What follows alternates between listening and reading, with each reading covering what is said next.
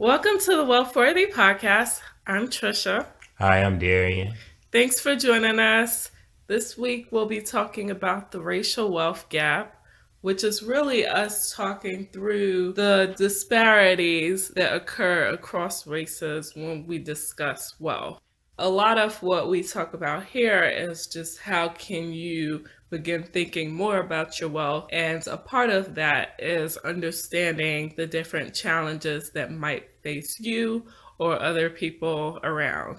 Although we're discussing challenges, whether it's this challenge or any others, please keep in mind that you cannot let other people's opinions of you define what your future will look like. One of the items that we used to help us inform our conversation today was a piece that was pulled together by a McKinsey consulting team. There was some really painful statistics in that article. Of course, there are things that we know are disadvantages coming into any conversations around race, but just reading through some things like the fact that the median black family wealth is under $25,000, or the idea that only 40% of black families own a home, which is a huge deal when you recognize that people are earning their wealth through their investments and through home appreciation. So if anyone's on the low scale of that, then it's definitely hurting the wealth potential and definitely something that would need to be tackled. But then it goes a step further to even talk through some of the challenges when it comes to earning. So black women are earning only about 65% of the median income earned by whites, while black men are earning about 74%. Taking in less money, having less in savings and investments, and not owning property are huge factors that have to do with your wealth. Even though these are definitely challenges, it just reflects the large amount of work that's necessary to begin making a dent in closing the gap. So let's jump right into it and just talk through some of the things that came up and some things that have been on our mind related to this topic. Darian, how would you say the racial wealth gap has impacted you? For me personally, you definitely see it when it comes to employment. The differences in how one particular race advances more than the other. And just in general, when you think about applying for different roles in just housing or even education, you see the big gap. Agreed. There are definitely challenges when you talk about the amount of wealth that each group has and how that translates into earning a good education, finding a good job, and then being able to put money away to invest. So if you don't have enough to begin with, then it's tough to turn that into a large sum. And when it comes to starting out with education, a lot of schools in poor areas are facing challenges not receiving the same quality of education. That's one thing that there have been a number of programs trying to help rectify it, but the reality is that there's still a large discrepancy between what occurs in one area versus the other. And so anything that could be done to help and have lasting impacts. But even when you look at trying to translate education into a lucrative career, a lot of people run into issues and start questioning whether it's even worth trying to get your education, because now you're like, well, why do this if I'm not going to be able to find a role? It's not even so much that people aren't qualified. If you study something and you're qualified, you still have challenges because now you're worried and wondering about how to find the right network to get you into the roles that will pay pretty high, lucrative salaries. Who do you think has the authority to speak out about the racial wealth gap? When you talk about speaking on the racial wealth gap, it has to be someone who's endured that struggle. When you have other people or outsiders talking about that, sometimes it can bring off a negative connotation. So it's like hearing it from someone that's of your own makes it a little bit easier than hearing it from someone who's not. But even within races, I think that it's still tough because you want people who really understand and have studied an issue or different matters to be the ones to speak out. But that doesn't negate the fact that everyone may be impacted by whatever decisions or situations have occurred. My first thought goes to rappers who speak out about certain things, and sometimes whatever they're saying might make a lot of sense, but then there's some things where we're all kind of like, oh gosh, we made them the authority. But reality is everyone has their voice, everyone has their opinion, and no matter what you think of a person individually, it doesn't necessarily mean that what they're saying isn't valid.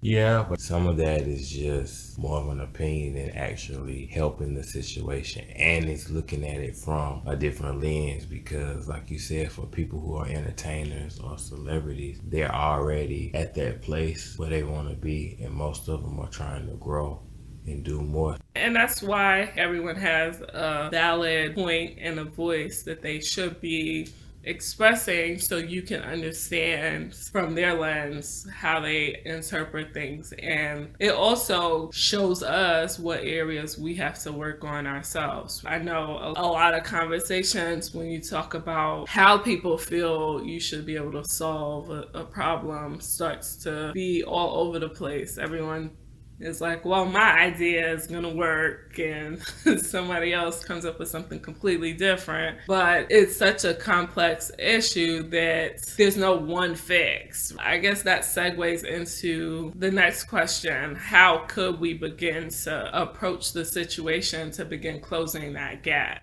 We have to start by just being real with ourselves and real about the situation and understanding that it is real. It's definitely a gap. Until we bring that to the forefront and be honest, that's the only way we can start to make progress. It's hard to fix the problem without trying to level the playing field. I don't know that everyone necessarily wants to level the playing field. That's what is making the conversation difficult, because you have a number of people who agree that slavery in itself caused a number of issues. The reality is, when we're talking about building wealth, if there's a head start for one group because they've taken advantage of other people, trying to figure out how to shift some of that wealth in conversations about politicians where they're now trying to talk about specific solutions. So you have groups where they're saying, hey, is reparations possible? Is there a way that American descendants of slavery would be able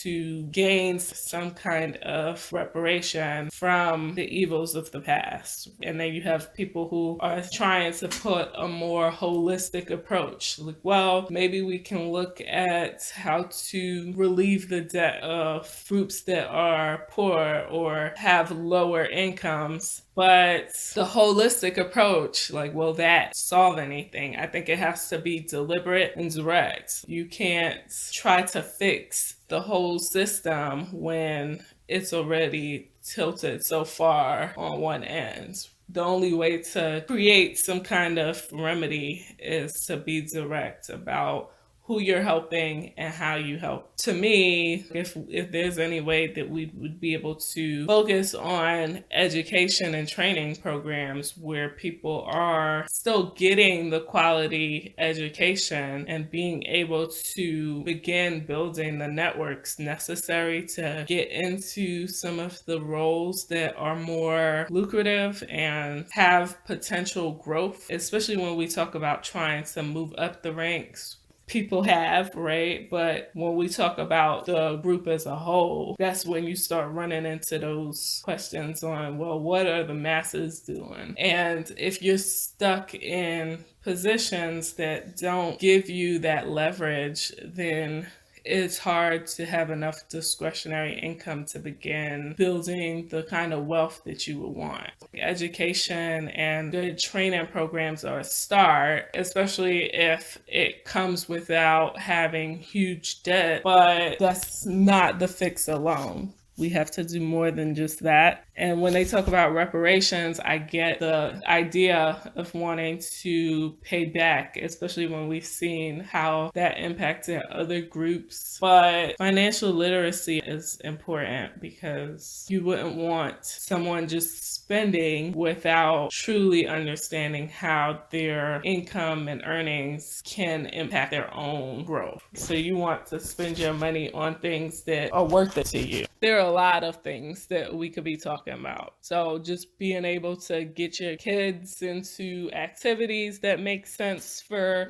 their interests, being able to purchase houses with the idea that you'll have some appreciation, which is a whole other ballgame when you're talking about specific areas, right? Some areas thrive much more than others, but in Black and Latino communities, there's more of a challenge to get the same kinds of return. And then I think just around owning your own business, that's always a great concept, but you have to have buy-in and support from everyone in order to create a thriving business. So on the conversation of reparations, do you think that it would solve the issues that we have with closing the wealth gap? Or like, what do you think about approaches that have been discussed in the past? It would help. I don't think it would close it because we're behind like centuries now. So for us to close it, I think it's a good start. But even with reparations, you just have to make sure you have the right resources and tools to make your money grow, because you end up being right back in the same predicament where you started. So I think, like you said before, piggyback off of it, that's why it's good to have some type of training program in place so that we can be educated. So do you think that a group wins or loses by sharing wealth? So when we talk about trying to level the playing field or close the gap, is there a winner or a loser in the situation? I don't really think it's a winner or a loser, because I think even if we close the gap today, because it helps, but we still would be playing catch up. It's definitely a huge gap, right? When you look at what the numbers look like, it's a stark difference between what the races overall have versus one another. To be able to even start getting the other races in a space where they can begin building some wealth, especially when we talk about people not having savings and not being in jobs that have healthcare benefits, or being in a part-time position so you're not eligible for those type of benefits around health, around retirement. It's just such a huge burden when you have to pay for some of those things out of pocket that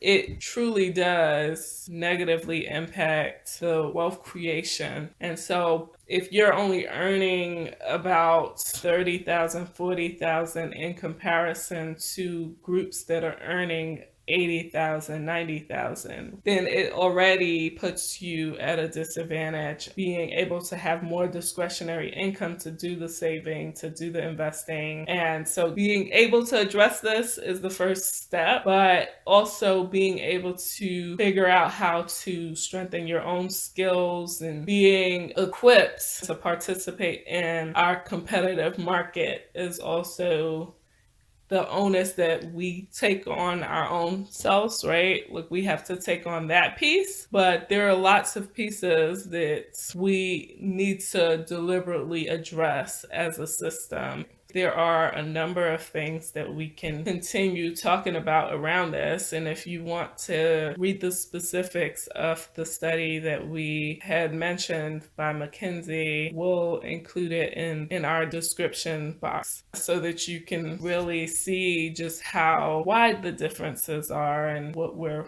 tackling as a society. We'll continue the conversations. Let us know what you think, and we'll talk to you next week on Wealth Worthy. Thank you. Bye. Bye.